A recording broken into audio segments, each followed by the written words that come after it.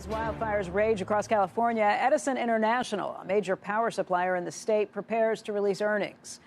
Joining us right now for a look at how utility companies and their customers are being affected, we are joined by Jane Wells, who is on the front lines with this right now. Jane, tell us how this is all shaking out. Let me just, give you a scene. This is part of the Getty fire. This is in the hills above Brentwood, one of the most expensive neighborhoods in Los Angeles, and people are going to have to stay out of their multi-million-dollar homes for at least another night, according to the mayor. We'll get some more information later, but this is one of the homes that was destroyed here, 8 homes destroyed. They only have 5% containment so far. This is LADWP territory, but it's surrounded by affected areas covered by Southern California Edison. And after the bell, we will start to get a sense of what these outages and these fires are costing utilities. The street for Edison International is looking for a 4% drop in revenues to about $4.1 billion for the third quarter, 1% rise in earnings to $1.58.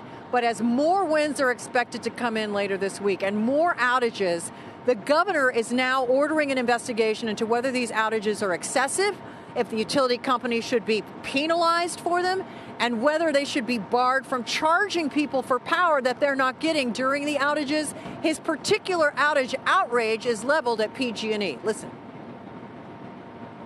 PG&E has not been in this position before. We would like them to consider reimbursements, and we're going to be very forceful in advancing that. I want as many people bidding for the assets of Pacific Gas and Electric as possible. I couldn't be more clear. I just hope more people make a bid for the assets so we have a competitive process moving up into June 30th of next year, when we have set the goal and date and mandate for PG&E to get out of bankruptcy. Yeah, well, he's even floating the idea of getting Warren Buffett to maybe make a bid for PG&E. Uber, meantime, is offering free rides to and from evacuation centers from those who've been displaced. And Elon Musk is tweeting that he's offering $1,000 off if you buy a Tesla solar and Powerwall system, so you don't have to depend on the grid when the grid goes dark. Guys?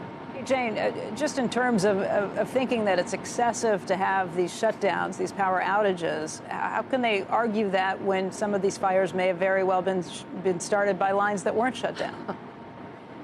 Well, yes, that is the conundrum. What kind of technology and modeling are you using to make these decisions? Certainly, they will argue there would have been more fires or worse fires if they hadn't done the outages, but many more people. In fact, PG&E is getting ready after turning the lights on last night in the Bay Area during that fire up there. Is getting ready to shut down to about 600,000 more customers this morning.